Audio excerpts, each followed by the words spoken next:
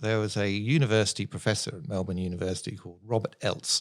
Picture, your cliched university lecturer with wild hair and Einstein red looking jackets. And yeah, that's right. So this chap was in the computer department there, and he was the first person to connect the internet to the broader internet. He's responsible for Australia becoming part of the internet. So he was given the responsibility of becoming the delegate authority for .au. And he was allowed to do whatever he wanted with it. So he could decide which domain names were available under .au. So he decided, well, we're going to have .gov.au, .edu.au, .id.au, .asn.au, whatever else is there. And underneath those subdomains, you could register other domain names. And he was responsible for authorizing those domains. So initially it was a bit of a free-for-all, but quickly he decided that actually if you wanted to own a domain name under .com.au or .net.au or .org.au, it had to be an exact derivation of your company name. So you had to register, CUB.com.au. You couldn't register business.com.au because it isn't in your name and it's not an acronym. Is that still the case? That changed, but for a long time that was the case. Now, he got flooded, obviously, with all these name applications. So he decided to give Melbourne IT, which was an IT incubator at the university, responsibility for registering or controlling the .com.au and .net.au and .org.au spaces. Ultimately, Gov.au and edu.au were, and will continue to be managed by NetRegistry, funnily enough, but Melbourne IT had all the commercial spaces. So when we actually arrived in Australia, Larry and I saw this opportunity because .com.au and it was very much limited. You couldn't get these generic names. So we actually thought to ourselves, hey, we should go out and try and find out who owns au.com, because in England, uk.com was quite a big competitor to co.uk.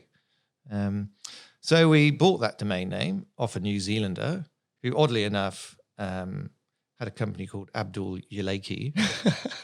And God knows why, because he was just, I forget his name, but he was, Mike Jones. Yeah, he was. He's like Mike Jones.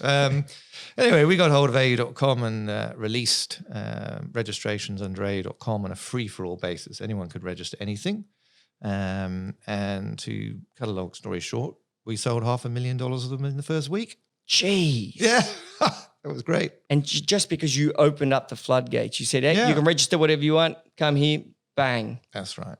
That provided us obviously a strong platform for growth, and we were a pair of guys that were very focused on advertising, driving our business, and sales growth, driving our businesses.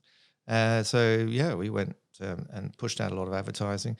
The market deregulated. We were able to underprice Melbourne IT. Domain name prices came down quite steeply, and growth followed it. So it was a boom time. Managing shareholders.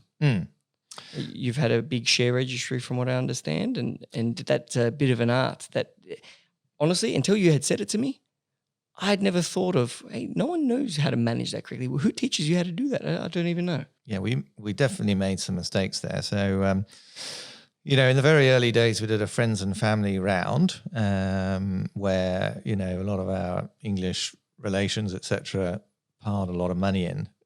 Sadly, just ahead of that tech crack, they had a long wait to get paid back. But fortunately, in those days, the UK pound would buy you nearly $3. So when they exited at about $1.50, it was actually turned out to be a half decent return. We brought in at that point in time, I think maybe 23 shareholders. And in that first round, in the friends and family. Because after that, we didn't have many additional shareholders. But, we felt comfortable because, we had one of those shareholders agreements that everyone has, which says that if the majority of shareholders decide that they're going to make a decision like sell the business or raise some extra money, that the tag-along rights in that shareholders agreement won't require us to ask anyone else permission.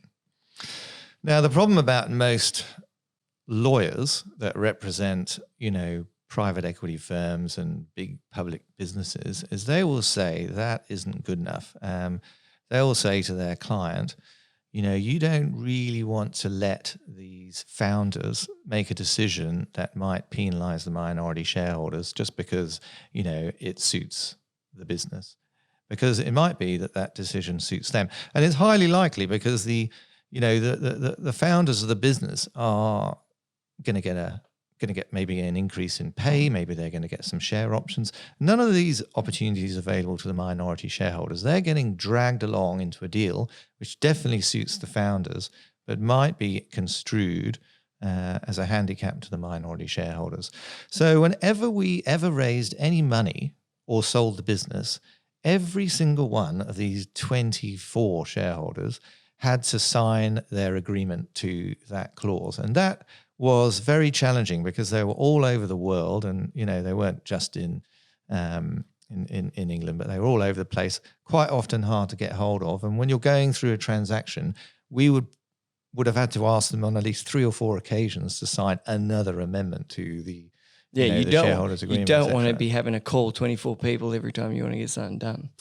No, and what's worse is that on one particular transaction, which was time critical and big, one of the minority shareholders said no.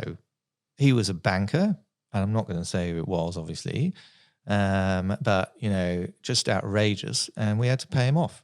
So it worked for him, I guess. He got some money. It did work for him, but what you've got to be careful of, and I suppose this is the lesson here, is that, if you have lots of people on your share register, don't underestimate the potential for one of them to cause you a lot of grief and extract, some flesh out of you.